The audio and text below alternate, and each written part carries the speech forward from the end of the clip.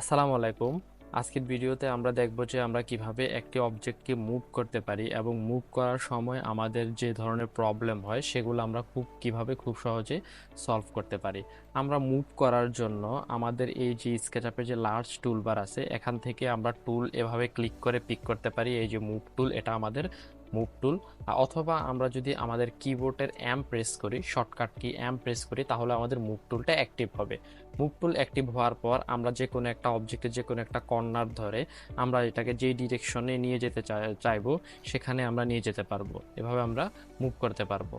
এখন আমাদের মাঝে মাঝে দেখা যায় যে আমরা একটা পার্টিকুলার স্পেসে বা পার্টিকুলার একটা ডিরেকশনে আমরা জিনিসটাকে মুভ করতে চাই।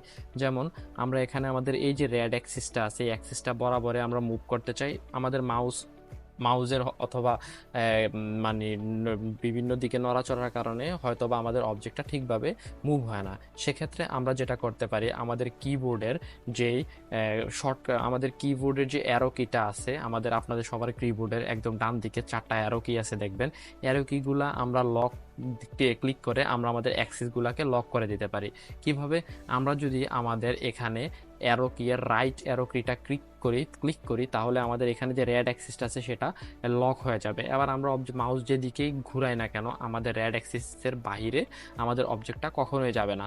আবার আমরা যখন গ্রিনে আমাদের অবজেক্টটাকে এভাবে অ্যাক্সিসটাকে লক করে দিব, আমাদের অবজেক্টটা কিন্তু অন্য কোনো ডিরেকশনে যাবে না। সেম আমরা যখন উপরের দিকের যেই অ্যারো কিটা আছে সেটা যখন ক্লিক করব তাহলে তখন আমাদের ব্লু যেই অ্যাক্সিসটা আছে সেটা লক হয়ে যাবে। তাহলে আমাদের অ্যাক্সিসগুলো লক করার জন্য আমাদের হচ্ছে যে আমরা যদি রাইটে ক্লিক করি তাহলে আমাদের রেড অ্যাক্সিস লক হবে। আমরা যদি হচ্ছে যে লেফটে ক্লিক করি তাহলে আমাদের গ্রিন যে অ্যাক্সিসটা আছে সেটা লক হবে। আমরা যদি উপরে যে অ্যাক্সিসটা আছে সেটাতে ক্লিক করি তাহলে আমাদের উপরের অ্যাক্সিসটা লক হবে।